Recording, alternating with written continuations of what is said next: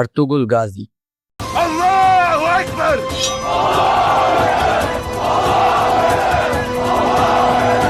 এই নামটার সাথে আমরা সবাই কম বেশি পরিচিত, তাই না? পুরো মুসলিম বিশ্বে এই একটা নাম যে কি পরিমাণ আলোড়ন তুলেছে সেটা আমরা সবাই জানি।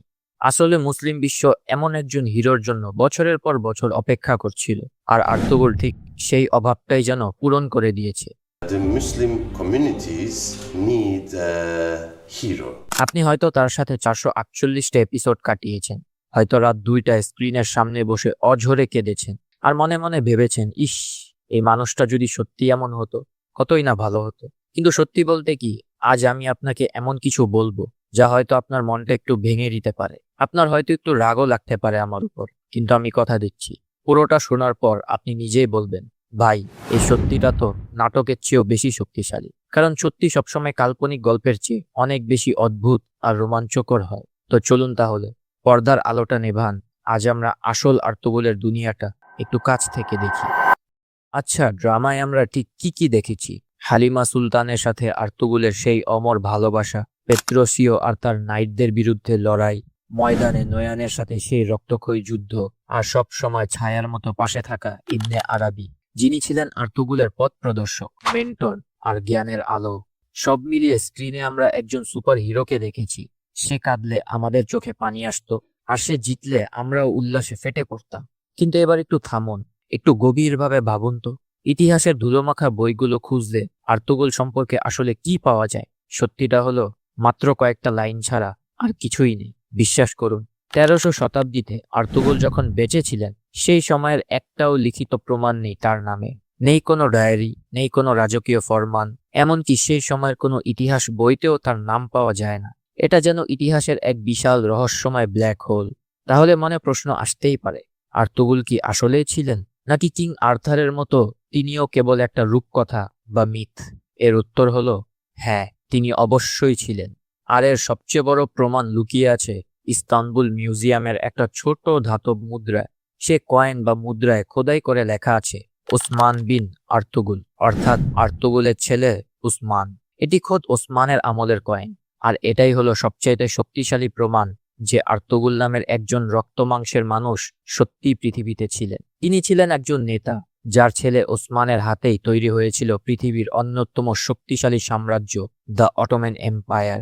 তাহলে ড্রামার বাকি সব গল্প কোথা থেকে এলো? আসলে লেখক মেহমেদ বোজদাদ এখানে একটা দারুণ সুযোগ পেয়েছিলেন। ইতিহাস যেখানে নীরব ছিল, তার সামনে ছিল ঠিক ততটাই খালি জায়গা। হিরো ঠিক আছে, লক্ষ্যও ঠিক আছে, কিন্তু মাঝখানের পুরো পথটা সাজানোর স্বাধীনতা ছিল লেখকের হাতেই। আর তিনি সেই সুযোগটা কি দুর্দান্ত ভাবেই না কাজে লাগিয়েছে। কিন্তু আসল আর্তুগুল, তিনি ছিলেন অনেক বেশি কমপ্লেক্স, অনেক বেশি হিউম্যান। একজন সুপার হিরো না, কিন্তু একজন সার্ভাইভার, একজন ভিশনারি লিডার। 1300 শতাব্দী, এই সময়টাকে যদি এক কথায় বলতে হয়, তবে সেটা ছিল এক মহাপ্রলয়, এক অ্যাপোক্লিপস। একবার ভাবুন তো, পূর্ব দিক থেকে ধেয়ে আসছে মঙ্গলরা, চেঙ্গিস খান আর তার বংশধররা। এরা যেন মানুষ নয়, সাক্ষাৎ মৃত্যুর দূত। বুখারা, সমরকন্দ, খোয়ারিজম থেকে মার্ভ, একের পর এক সাজানো শহর তারা ধুলোয় মিশিয়ে দিচ্ছে। নদীর পানি লাশের রক্তে লাল হয়ে যাচ্ছে। জীবন বাঁচাতে তখন লক্ষ লক্ষ মানুষ পাগলের মতো পশ্চিমের দিকে পালাচ্ছে। আর পশ্চিমে তখন কি ছিল? একদিকে সেলজুকরা, এক সময় সেই প্রতাপশালী তুর্কি সাম্রাজ্য, যার তেজ এখন নিভে এসেছে। আর অন্যদিকে বাইজেন্টাইন এম্পায়ার, খ্রিস্টান দুনিয়ার সেই প্রাচীন সুপার পাওয়ার, যা এখন তার শেষ নিঃশ্বাসটুকু গুনছে। ক্রুসেডের রক্তক্ষয়ী যুদ্ধ এই দুই সাম্রাজ্যকে ক্ষত বিক্ষত করে দিয়েছিল। ঠিক এই দুই ভাঙা সাম্রাজ্যের মাঝখানে আর মাথার ওপর মঙ্গলদের ধারালো তরবারি নিয়ে দাঁড়িয়ে আছে মাত্র 400টি পরিবার। এরাই হলো কাই গোত্র। তাদের নেতৃত্বে আছেন সুলেমান শাহ, আর তার পাশেই আছেন তার ছেলে আর্তুগুল। সেই উত্তাল সময়ে কেবল টিকে থাকাটাই ছিল সবচেয়ে বড় বিজয়। সুলেমান শাহের মৃত্যুর পর কাই গোত্রের হাল ধরলেন আর্তুগুল। আর তখনই সামনে এলো জীবনের সবচেয়ে বড় প্রশ্ন, এখন তারা কোথায় যাবে? সেই উত্তাল সময়ে বেশিরভাগ তুর্কি গোত্র তখন আশ্রয়ের খোঁজে দক্ষিণ দিকে ছুটছে, সিরিয়ার দিকে, একটু নিরাপদ আশ্রয়ের আশায়। কিন্তু আর্তুগুল, তিনি করলেন ঠিক তার উল্টোটা। তিনি ঘুরে দাঁড়ালেন উত্তর পশ্চিমের দিকে, সরাসরি বাইজেন্টাইন সাম্রাজ্যের সীমান্তের দিকে। এক কথায় বলতে গেলে একেবারে ডেঞ্জার জোনে। সবাই হয়তো তখন ভেবেছিল এটা নিছক পাগলামি, কিন্তু আর্তুগরুলের মাথায় ছিল অন্য এক হিসেব। তিনি জানতেন দক্ষিণে গেলে বড় বড় গোত্রগুলোর ভিড়ে তারা হারিয়ে যাবে, তাদের নিজস্ব কোনো পরিচয় থাকবে না। কিন্তু সীমান্তে সেখানে বিপদ আছে ঠিকই, কিন্তু সেই বিপদের আড়ালে লুকিয়ে আছে এক বিশাল সুযোগ। আর ঠিক সেই যাত্রাপথে ঘটল সেই ঘটনা। পথ চলতে চলতে আর্তুগরুল দেখলেন দুটো সেনাবাহিনী মরণপণ যুদ্ধে লিপ্ত, একদিকে সেলজুক মুসলিমরা আর অন্যদিকে বাইজেন্টাইন বাহিনী। আর্তুগরুল নিজে তখন চরম সংকটে, তার নিজেদেরই ঘরবাড়ি নেই। যে কোনো নেতা হলে হয়তো বলতেন এটা আমাদের যুদ্ধ না, চলো সরে যাই। কিন্তু আর্তুগরুল সরলেন না, তিনি ঝাঁপিয়ে পড়লেন দুর্বল হয়ে পড়া সেলজুকদের পাশে। আর তার সেই অসম সাহসিকতায় যুদ্ধে জয় এলো। খুশি হয়ে সেলজুক সুলতান আলাউদ্দিন তাকে পুরস্কার হিসেবে এক টুকরো জমি দিলেন। ছোট্ট একটা গ্রাম, নাম তার সগুত। তবে মনে রাখবে, এই সগুত কোনো আরাম আয়েশের জায়গা ছিল না। এটা ছিল সেলজুক আর বাইজেন্টাইনদের ঠিক মাঝখানে সবচেয়ে ঝুঁকিপূর্ণ এলাকা। সুলতানও জানতেন আর্তুগরুলকে এখানে রাখা মানে হলো সাম্রাজ্যের জন্য একটা দেয়াল তৈরি করা। তাকে খেতাব দেওয়া হয় উচবে, অর্থাৎ সীমান্তের রক্ষক। দেখতে গেলে এটা কেবল পুরস্কার ছিল না, ছিল এক কঠিন দায়িত্ব। আর এখানে আর্তুগরুলের আসল জিনিয়াস বা বুদ্ধিমত্তা ফুটে ওঠে। সীমান্তে বসেই তিনি বাইজেন্টাইনদের বিরুদ্ধে ছোট ছোট অভিযান শুরু করলেন। চারপাশ থেকে ইসলামের জন্য লড়তে চাওয়া যোদ্ধারা তার পতাকা তলে এসে জড়ো হতে লাগলো। মাত্র 400 পরিবারের সে ছোট গোত্রটি ধীরে ধীরে হাজার হাজার মানুষের এক শক্ত কেন্দ্রে পরিণত হলো। তিনি শুধু তলোয়ার দিয়ে যুদ্ধ করেননি, তিনি স্থানীয় খ্রিস্টান প্রজাদের সাথে ন্যায় বিচার করেছেন, ব্যবসা বাণিজ্য বাড়িয়েছেন, আর সবচেয়ে বড় কথা, নিজের মানুষদের কানে একটা মন্ত্র গেঁথে দিয়েছিলেন, এটা আমাদের সাময়িক কোনো আশ্রয় না, এটাই আমাদের স্থায়ী ঠিকানা। ভেবে দেখুন তো, যেই মানুষগুলো সারা জীবন শুধু জীবন বাঁচাতে পালিয়ে বেরিয়েছে, তাদের কানে যখন কেউ বলে এটা তোমাদের নিজেদের বাড়ি, সেই কথাটার গভীরতা কতটা হতে পারে তাদের জন্য। আর্তুগরুল প্রায় 50 বছরেরও বেশি সময় এই সগুতেই কাটিয়েছেন। তিনি হয়তো কোনো বিশাল সাম্রাজ্য জয় করেননি বা লাখ লাখ সৈন্যের বাহিনীও তৈরি করেন। তিনি শুধু সগুতকে একটা মজবুত ভিত্তি দিয়েছিলেন। তিনি আসলে তাদের সাম্রাজ্যের শেকড় শক্ত করার কাজ করছিলেন। কারণ তিনি জানতেন শেকড় যদি মাটির গভীরে শক্ত হয়ে গেঁথে যায়, তবে সেই গাছ একদিন আকাশ ছোবেই ছোবে। আর্তুগরুলের 3 জন ছেলে ছিল।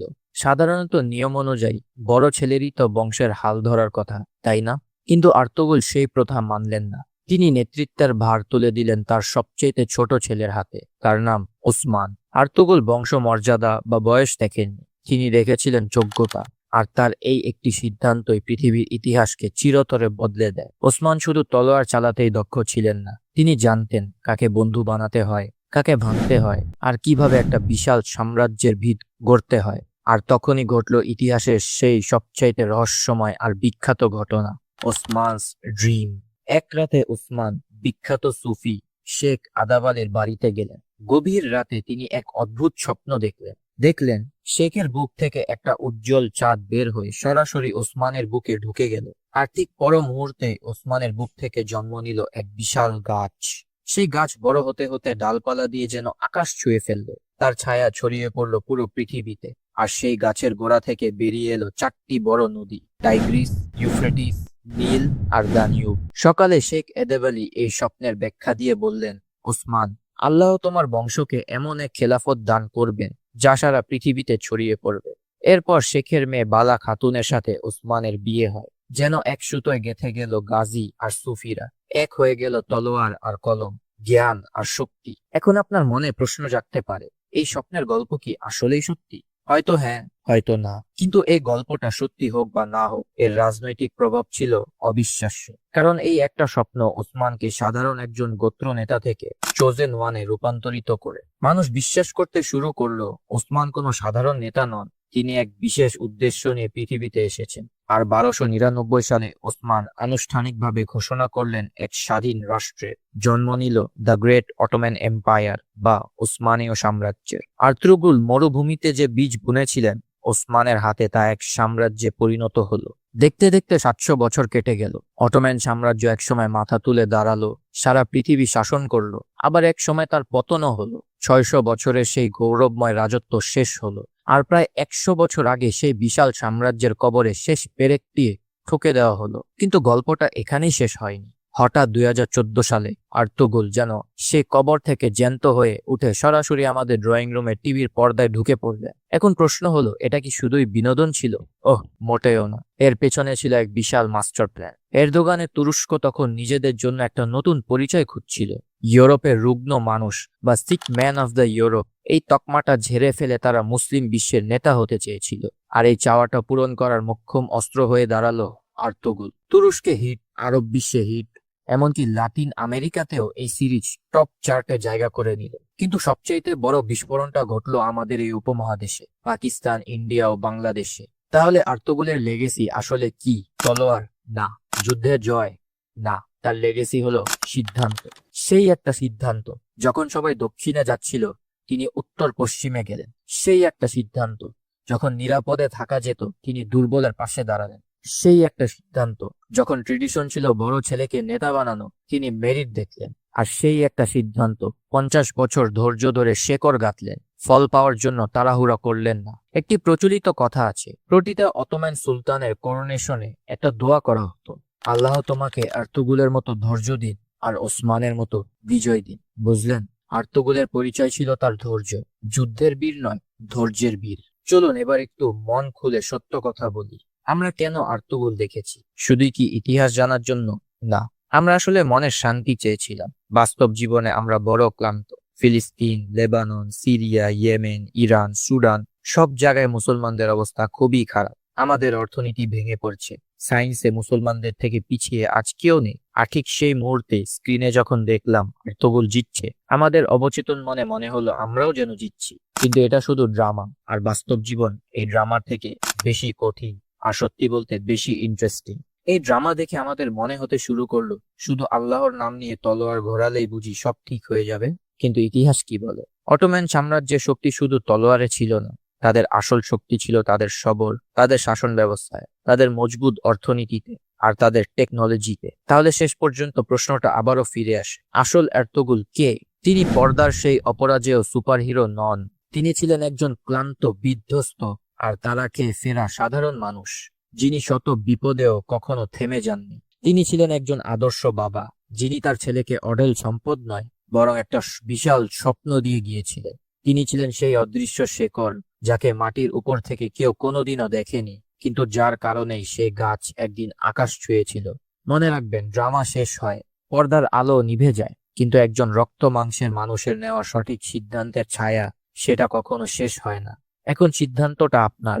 আপনি কি শুধু স্ক্রিনের ওই হিরোকেই চেয়ে যাবেন, নাকি ইতিহাসের সেই কঠিন শিক্ষাটা নেবেন, যা সত্যিকার অর্থেই আপনার জীবনটা বদলে দিতে পারে?